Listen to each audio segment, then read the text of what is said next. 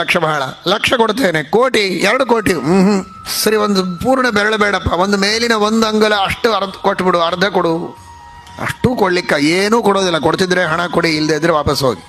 ನನ್ನ ದೇಹದ ಒಂದು ಸಣ್ಣ ಪರಮಾಣುವಿನಷ್ಟು ನಾನು ಕಿತ್ತಿಕೊಡ್ಲಿಕ್ಕೆ ತಯಾರಿಲ್ಲ ಅಂತ. ಆಗ ಶ್ರೀಮಂತ ಹೇಳಿದಂತೆ, ನಿನಗೇ ಗೊತ್ತಾಯಿತು ದೇಹದ ಬೆಲೆ ಎಷ್ಟಿದೆ ಅಂತ.